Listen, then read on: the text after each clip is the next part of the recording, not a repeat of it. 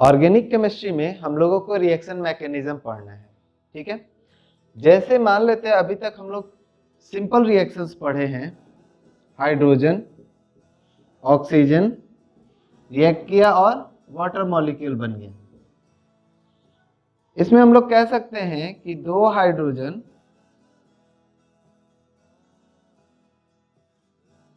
और एक ऑक्सीजन ये एक साथ आकर टकराया होगा, हाइड्रोजन हाइड्रोजन ऑक्सीजन। हम लोगों का इस रिएक्शन के दौरान ये कह सकते हैं कि हाइड्रोजन ऑक्सीजन आपस में टकराया होगा एक साथ और टकराकर हमारा वाटर मॉलिक्यूल बना दिया होगा। पर हमारे जो ऑर्गेनिक केमिस्ट्री के जो रिएक्शंस हैं उसमें कई सारे ऐसे रिएक्शंस हैं जिसमें बहुत ज्यादा नंबर ऑफ एटम्स लगते हैं। जैसे एक रिएक्शन ये ले लें, इसमें हमारा 2 एसिटिलीन का मॉलिक्यूल और 5 ऑक्सीजन का मॉलिक्यूल। रिएक्शन में जो है 2 एसिटिलीन का और 5 ऑक्सीजन का रिएक्ट करके 4 CO2 और 2 H2O बना रहे हैं। तो क्या ऐसी संभावना है कि ये 5 ऑक्सीजन और ये 2 एसिटिलीन एक साथ एक ही टाइम पर एक जगह पर टकराया हो? ऐसी संभावना नहीं के बराबर है। हम लोग ये मान सकते हैं कि 2 हाइड्रोजन आपस में टकरा जाए, एक हाइड्रोजन एक ऑक्सीजन आपस में टकरा जाए, या ज्यादा से ज्यादा ये 3 का टक्कर एक साथ हो जाए। लेकिन 5 ऑक्सीजन और 2 एसिटिलीन एक साथ एक ही जगह पर एक साथ टकराए, इसकी संभावना नहीं है, नेग्लिजिबल, नहीं के बराबर है। ये भी गैस है, आपस में टकराकर ही करेगा। तो इसका मतलब ये रिएक्शन कैसे हो रहा है? तो जाहिर सी बात है कि कोई 2 जो है आपस में टकरा रहा है, टकरा कर एक नया जो है रिएक्टेंट बना रहा है या प्रोडक्ट, इंटरमीडिएट उसको बोलते हैं। जैसे एक एसिटिलीन एक ऑक्सीजन के साथ टकराए, इसका संभावना सबसे ज्यादा है। तो ये टकरा कर जो बनाएगा उसको बोला जाएगा इंटरमीडिएट। जो ये इंटरमीडिएट है उसमें कुछ ऐसा चीज, दोनों आपस में टकरा कर कुछ बनाया, फिर उसके बाद तीसरा जो है आकर इसको टक्कर किया और इसके साथ चिपक गया, चौथा आया टक्कर किया, चिपक गया। इस तरह करते करते ये दोनों और ये 5 आपस में मिलकर फिर प्रोडक्ट बनाएंगे। यही एक संभावना है। ऐसा कोई संभावना नहीं है कि 2 एसिटिलीन और 5 ऑक्सीजन एक साथ टकराए। तो इसलिए यहां पर जो है बताया गया कि किसी भी रिएक्शन जो है वो होने के लिए कई सारे स्टेप्स होते हैं। The sequential account of each step. Sequential मतलब कि किसके बाद कौन सा हुआ, ये स्टेप को बताना, जिसमें हम लोग क्या क्या बताएंगे, इलेक्ट्रॉन का मूवमेंट बताएंगे, कौन सा इलेक्ट्रॉन कहां गया। उसके बाद क्या बताएंगे, energetics during bond cleavage and bond formation, मतलब कि कौन सा बॉन्ड कैसे टूट रहा है और कैसे बन रहा है। जाहिर सी बात है ये दोनों के बीच अगर रिएक्शन में हम बताएं कि हाइड्रोजन है, हाइड्रोजन का अपना बॉन्ड टूट रहा है, ऑक्सीजन का अपना बॉन्ड टूट रहा है और ये आपस में जुड़कर H2O बना लिया। तो इसमें हमारा क्या हुआ, O2 रहता है, 2 ऑक्सीजन के बीच का बॉन्ड टूटा, H2 रहता है, 2 हाइड्रोजन के बीच का बॉन्ड टूटा और टूटने के बाद एक नया बॉन्ड बना जो कि हाइड्रोजन और ऑक्सीजन के बीच का बॉन्ड है। तो पुराने बॉन्ड टूटते हैं और नए बॉन्ड बनते हैं। तो रिएक्शन मैकेनिज्म के अंदर हम लोग energetics during bond cleavage and bond formation भी बताते हैं कि कौन सा बॉन्ड टूटा और कौन सा बॉन्ड बना। साथ ही साथ बताते हैं कि rate of transformation of reactant into product, reactant जो है यानी कि ये किस रेट से प्रोडक्ट में बदल रहा है, इस बारे में भी हम लोग बताते हैं। ये सारा अकाउंट देना यानी कि सारा डिटेल देना हमारा कहा जाता है रिएक्शन मैकेनिज्म। तो अगर पूछा जाएगा कि रिएक्शन मैकेनिज्म किसको कहते हैं, तो इसमें हम लोग ये बताते हैं कि सीक्वेंशियल अकाउंट यानी कि ऑर्डर में सारा बात बताने कि पहले कौन सा हुआ, फिर उसके बाद कौन सा हुआ, फिर उसके बाद कौन सा हुआ, और बताना क्या है उसके दौरान, तो बताना है इलेक्ट्रॉन का मूवमेंट कि कौन सा इलेक्ट्रॉन कहाँ गया। दूसरा चीज बताना है कौन सा बॉन्ड टूटा और कौन सा बॉन्ड बना, और तीसरा बताना होता है कि रेट क्या है, किस रेट से टूट रहा है, किस रेट से बन रहा है। ये सारा डिटेल देना रिएक्शन मैकेनिज्म कहा जाता है। पर अभी क्लास 12 तक हम लोगों को क्या क्या बताना है, हम लोगों को बताना है कि रिएक्शन का इलेक्ट्रॉन मूवमेंट क्या है, कौन सा इलेक्ट्रॉन कहाँ गया।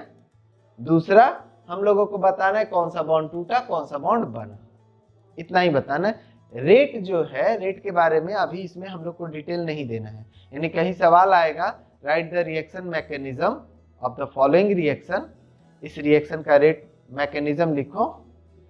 ठीक है, रिएक्शन मैकेनिज्म हम लोगों को लिखना हुआ तो हम लोग जो है उसमें बताएंगे कौन सा इलेक्ट्रॉन कहाँ मूव कर रहा है, कैसे कैसे बॉन्ड बन रहा है, कैसे कैसे बॉन्ड टूट रहा है। रेट के बारे में हम लोग बात नहीं करते हैं। क्लास 12th में केमिकल काइनेटिक्स है चैप्टर, उसमें हम लोग रेट का बात करते हैं। उसमें हम लोग जो है बताते हैं कि कौन सा रिएक्शन किस रेट से हो रहा है। वो थोड़ा सा अलग इसको कॉन्सेप्ट को रखा गया, अभी मिला देने के बाद कॉन्सेप्ट बहुत बड़ा हो जाएगा, इसलिए रिएक्शन मैकेनिज्म के अंदर इस चीज को अभी हम लोग डिस्कस नहीं करेंगे। पर आने वाले क्लासेस में, मतलब ग्रेजुएशन में, मास्टर्स में, अगर केमिस्ट्री से हम लोग पढ़ाई आगे करेंगे तो हमको मिलेगा, दोनों चीज एक साथ होगा। तो रिएक्शन मैकेनिज्म हमारा ये होता है जिसमें रिएक्टेंट जो है पहले इंटरमीडिएट में बदलेगा। इंटरमीडिएट हमारा वो पार्ट कहा जाता है जो अब ना रिएक्टेंट है ना अभी प्रोडक्ट बना है। जैसे आपके क्लास को कहा जाता है इंटरमीडिएट क्लास, क्यों? क्योंकि अभी आप जो है 10th पास है लेकिन ग्रेजुएशन में एडमिशन नहीं हुआ है, ये बीच का स्टेप है 2 साल। इसको इंटरमीडिएट इसलिए कहा जाता है कि अभी आपका जो नॉलेज है वह बच्चों वाला नॉलेज नहीं रहा, लेकिन बड़ों वाला नॉलेज भी नहीं। तो इन दोनों के बीच का जो है स्टेट है, इसलिए आपके एजुकेशन को इंटरमीडिएट भी कहा जाता है।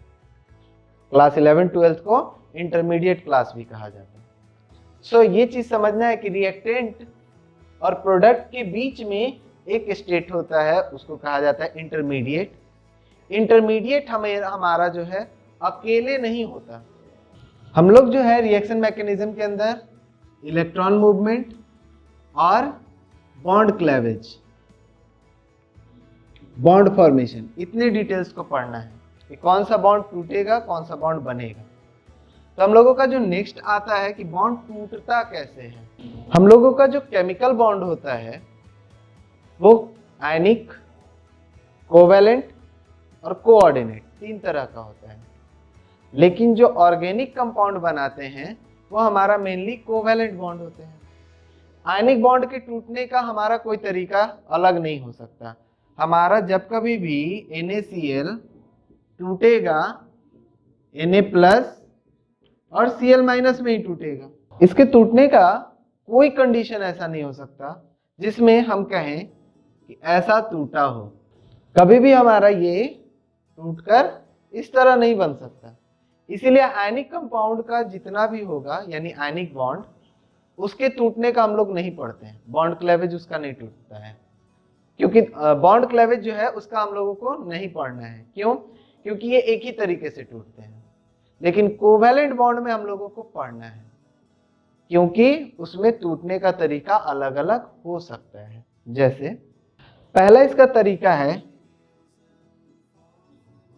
होमोलाइटिक। होमोलाइटिक में होमो मतलब सेम, और दूसरा हमारा होता है हेट्रोलाइटिक। हेट्रोलाइटिक का मतलब हो गया डिफरेंट।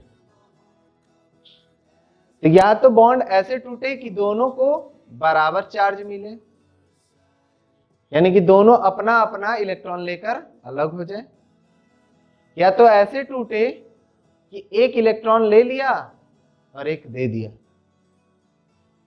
जैसे हमारा कोई बॉन्ड बना है ए और बी के बीच, तो कोवेलेंट बॉन्ड हमारा कैसे बनता है? शेयरिंग ऑफ इलेक्ट्रॉन से बनता है। शेयरिंग ऑफ इलेक्ट्रॉन जब करते हैं ये दोनों, एक इलेक्ट्रॉन ए का और एक इलेक्ट्रॉन बी का है। डॉट वाला ए का है, क्रॉस वाला बी का है। और ये बॉन्ड टूटा तो क्या हुआ? ए वाला अपना इलेक्ट्रॉन लिया और बी वाला अपना इलेक्ट्रॉन लिया, दोनों अलग अलग हो गए। इसको हम लोग कहते हैं होमोलाइटिक क्लेवेज, ठीक है? या फिर फीजन। फीजन का मतलब ही होता है टूटना। क्लेवेज ब्रेक करना, टूटना। फीजन का मतलब भी वही होता है। न्यूक्लियर फीजन पढ़े होगे। न्यूक्लियर फीजन का मतलब क्या होता है? एक बड़ा मॉलिक्यूल टूट जाता है। क्लेवेज का मतलब भी वही होता है, टूटना। तो इसमें क्या हुआ? हमारा ए और बी के बीच जो बॉन्ड था वो टूट गया, और इस तरह टूटा, ए अपना इलेक्ट्रॉन ले लिया, बी अपना इलेक्ट्रॉन ले लिया। तो कोई किसी का इलेक्ट्रॉन नहीं लिया है, तो इस पे भी कोई चार्ज नहीं, इस पर भी कोई चार्ज नहीं। तो इस तरह के टूटने को हम लोग कहते हैं होमोलाइटिक फीजन या होमोलाइटिक क्लेवेज। अब अगर हमारे पास ऐसा कोई क्लेवेज हो जिसमें इन दोनों के बीच का जो शेयरिंग वाला इलेक्ट्रॉन है, तो जनरली हम लोग जब लिखते हैं तो आगे लिखते हैं मेटल को, बाद में लिखते हैं नॉन मेटल को। यही तरीका ही है। तो इन दोनों में से क्या हुआ? ये नॉन मेटल है तो इलेक्ट्रॉन को अपने तरफ खींच लेगा। इसके लेने का टेंडेंसी ज्यादा, इसका देने का टेंडेंसी ज्यादा है, तो बॉन्ड यहां से टूट जाए। बॉन्ड ऐसे टूटेगा तो ए बना और बी बना। बी के पास क्रॉस वाला अपना इलेक्ट्रॉन तो है ही, साथ में साथ ए का भी इलेक्ट्रॉन ले लिया। तो किसी का एक इलेक्ट्रॉन लेने पर उस पर एक निगेटिव चार्ज आ जाएगा, और ए वाले ने दिया इसलिए इसके ऊपर पॉजिटिव चार्ज आ जाएगा। इसमें हमारा क्या था? दोनों अपना अपना लेकर खत्म कर लिया। इसमें क्या हुआ? बी ने शेयरिंग का इलेक्ट्रॉन रख लिया। दोनों में अंतर है। इस वाले को होमोलाइटिक कहते हैं क्योंकि दोनों पे बराबर चार्ज आया, कोई चार्ज नहीं। लेकिन इसमें क्या हुआ? एक पे प्लस आया, एक पे माइनस आया, कम बेसी आया है, इसलिए इसको कहेंगे हेट्रोलाइटिक। हेट्रो का मतलब ही होता है अलग अलग होना, डिफरेंट होना, ठीक है? जैसे हम लोग इसका इस्तेमाल करते हैं homogeneous, heterogeneous, homogeneous mixture, heterogeneous mixture. तो हेट्रो का मतलब ही होता है डिफरेंट हो। तो ये हमारा जो है जब क्लेवेज होता है तो एक पे प्लस एक पे माइनस आएगा। ये जब क्लेवेज होगा तो दोनों पे कोई चार्ज नहीं आएगा। इस तरह का क्लेवेज हुआ तो हमारा क्या हुआ? ऐसे टूटा, ए वाला अपना इलेक्ट्रॉन, बी वाला अपना इलेक्ट्रॉन। इसमें जब टूटा तो बी वाला जो है ए का इलेक्ट्रॉन ले लिया, अपना तो रखा ही, ए वाला भी ले लिया। तो इस तरह का जब क्लेवेज होता है तो हम लोग उसको कहते हैं हेट्रोलाइटिक क्लेवेज या हेट्रोलाइटिक फीजन। होमोलाइटिक क्लेवेज या फीजन हम लोग उसको कहेंगे जिसमें कोवेलेंट बॉन्ड जो है दोनों एटम एक जैसे हो। The fission of covalent bond in which both atom takes its shared electron, दोनों अपना अपना शेयरिंग का इलेक्ट्रॉन ले लिया और बॉन्ड को खत्म कर दिया। उस तरह के फीजन को, फीजन का मतलब होता है टूटना, उस तरह के फीजन को हम लोग कहते हैं होमोलाइटिक फीजन, जिसमें both atom take its shared electron, दोनों अपना अपना शेयरिंग का इलेक्ट्रॉन ले लिया। वैसे क्लेवेज को, वैसे फीजन को हम लोग कहेंगे होमोलाइटिक फीजन। होमोलाइटिक फीजन में हमारा क्या होता है? Takes place when covalent bond is formed between same atoms. अगर हमारा कोवेलेंट बॉन्ड एक जैसे एटम्स के बीच बना हुआ है तब होमोलाइटिक फीजन होता है। या atoms of same electronegativity, electronegativity अभी हम लोग नहीं पढ़े हैं, लेकिन उसको जानने के लिए हम लोग सिंपल सा ध्यान में रख सकते हैं नॉन मेटेलिक कैरेक्टर। अधातु का जो गुण है वही क्या गुण है? इलेक्ट्रॉन को लेने का टेंडेंसी, लेने का उसका क्षमता। जितना तेजी से ले सकता है उतना ज्यादा वो जो है उतना ज्यादा नॉन मेटेलिक और उतना ही ज्यादा वो इलेक्ट्रोनिगेटिव। इलेक्ट्रॉन लेने का क्षमता जिसमें ज्यादा होगा वो इलेक्ट्रॉन को खींच लेगा। अब इन दोनों में से अगर दोनों में से किसी का भी इलेक्ट्रोनिगेटिविटी ज्यादा मतलब नॉन मेटेलिक कैरेक्टर ज्यादा हो तो क्या होगा? जिसका ज्यादा होगा वो खींच लेगा इलेक्ट्रॉन, वो खींच लेगा। तो कभी भी जो बॉन्ड ऐसे नहीं टूटेगा कि अपना अपना लेकर अलग अलग हो जाए। तो जब कभी भी होमोलाइटिक फ्यूजन हमको कराना हुआ तो हम ध्यान रखेंगे दोनों एटम एक जैसा हो। जैसे एग्जांपल के तौर पे हाइड्रोजन, क्लोरीन, हाइड्रोजन हाइड्रोजन के बीच टूटेगा तो हमारा होमोलाइटिक होगा, क्लोरीन क्लोरीन के बीच टूटेगा तो होमोलाइटिक होगा, ब्रोमीन ब्रोमीन के बीच टूटेगा होमोलाइटिक होगा, आयोडीन आयोडीन के बीच टूटेगा होमोलाइटिक होगा। मतलब एक जैसे के बीच टूटेगा तो दोनों बराबर, तो दोनों बराबर तो दोनों में इलेक्ट्रॉन बराबर बराबर बढ़ जाएगा और बॉन्ड टूट जाएगा। और इसमें हमारा सिंगल बॉन्ड टूटेगा, पहले सिंगल बॉन्ड टूटेगा फिर दूसरा बॉन्ड जैसे टूटना होगा फिर टूटेगा। हेट्रोलाइटिक क्लेवेज या फ्यूजन, हम लोग उस तरह के फ्यूजन को कहते हैं the fusion of covalent bond in which more electronegative, electronegative का मतलब मोर नॉन मेटेलिक, जो ज्यादा नॉन मेटेलिक होगा वो क्या करेगा? टेक कर लेगा शेयर्ड इलेक्ट्रॉन को। इसमें क्या था? बराबर बराबर बटा था। इसमें क्या हुआ कि ज्यादा वाला ले लिया इलेक्ट्रॉन, शेयरिंग का इलेक्ट्रॉन ले लिया। इज कॉल्ड हेट्रोलाइटिक फ्यूजन, उसको हम लोग हेट्रोलाइटिक फ्यूजन बोलेंगे। जैसे यहाँ पर ए और बी में बी को हम माने कि मोर इलेक्ट्रोनिगेटिव है, वो ए वाला इलेक्ट्रॉन भी ले लिया और अलग हो गया। ये हमारा हेट्रोलाइटिक फ्यूजन कब होता है? जब हमारा covalent bond form between different atoms, अलग अलग एटम के बीच बने। जैसे HCl, हाइड्रोजन और क्लोरीन के बीच जो बॉन्ड अगर टूटेगा तो H+Cl- लिखेंगे, है ना। कभी भी H के ऊपर एक इलेक्ट्रॉन और Cl के ऊपर एक इलेक्ट्रॉन हम लोग नहीं लिखते हैं। तो इसको हम लोग बोलते हैं हेट्रोलाइटिक फ्यूजन। जब कभी भी हेट्रोलाइटिक फ्यूजन होगा तो ध्यान क्या रखना है? एटम का इलेक्ट्रोनिगेटिविटी अलग अलग होना चाहिए।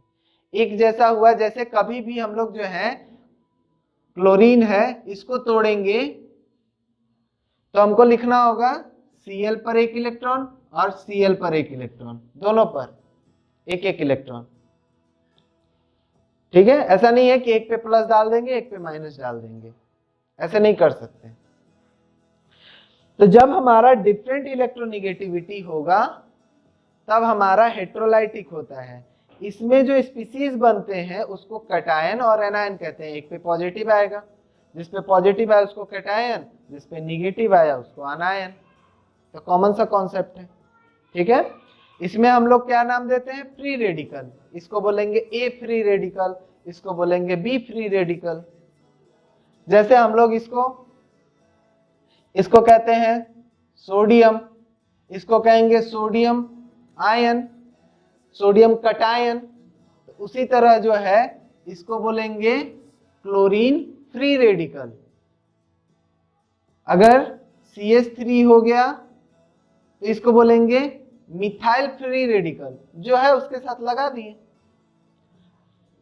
अगर हमारा कहीं पर तो इसको बोलेंगे मिथाइल कटायन, इसको बोलेंगे मिथाइल अनायन। जैसा नाम है वैसे ही लिख देना है।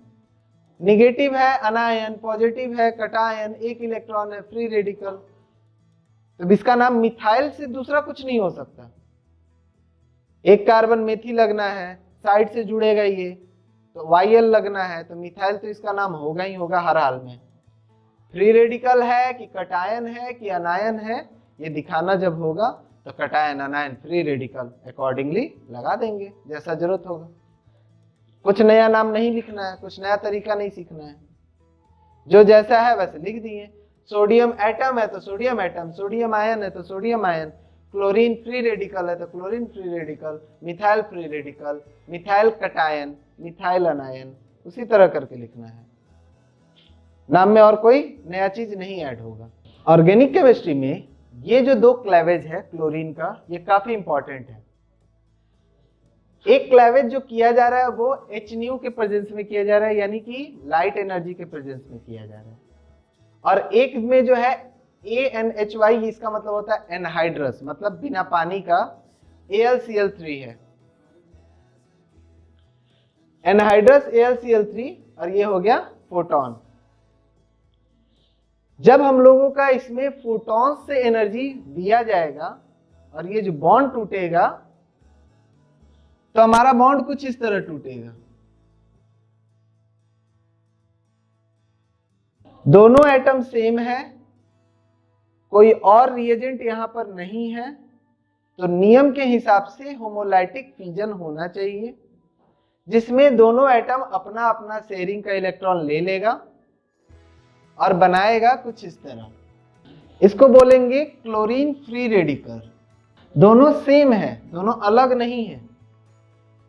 दो अलग अलग इसलिए लिख दिए हैं क्योंकि यहाँ पे क्लियरली दिखे कि हाँ ये अलग हो गया, ये अलग हो गया, लेकिन अगर हम लोग लिखेंगे इसको इस तरह तो कोई गलत नहीं है।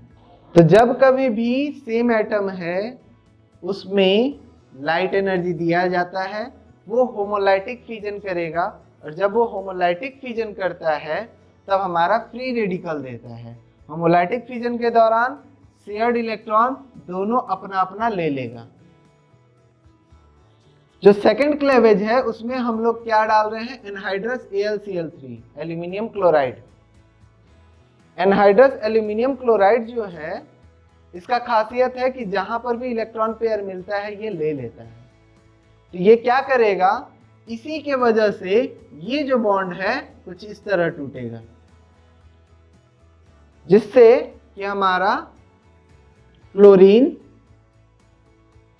इसके पास 6 इलेक्ट्रॉन हो गया, तो जाहिर सी बात है एक दिया इसने तो प्लस चार्ज आ जाएगा, और ये जो है ये क्लोरीन हमारा एक इलेक्ट्रॉन इस वाले का ले लिया, इसलिए इस पर आ जाएगा माइनस चार्ज, और यहां जो माइनस चार्ज आ रहा है इस पर और इस पर प्लस चार्ज, वो बिकॉज ऑफ दिस। क्यों?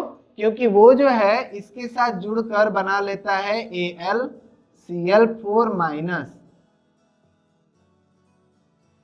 Cl माइनस जो है वो फ्री नहीं मिलेगा, AlCl3 जो है इसके साथ जुड़कर AlCl4 माइनस बना लेता है, तो ये मेरा इसके साथ खत्म हो गया, मिलेगा ये, इसको बोलेंगे क्लोरीन कटायन। यहां पर हम लोगों का जो हो रहा है वो एक हेट्रोलाइटिक फिजन है, यहां जो हुआ वो हमारा होमोलाइटिक फिजन है।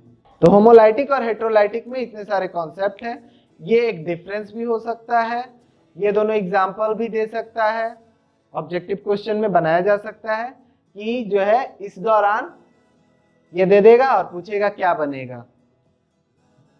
जो मेरा प्रोडक्ट बना यहाँ पर वो फ्री रेडिकल प्रोडक्ट है, और यहाँ जो प्रोडक्ट बन रहा है वो कटायन एनायन है। यहाँ पर हेट्रोलाइटिक फिजन हो रहा है, यहाँ होमोलाइटिक फिजन हो रहा है।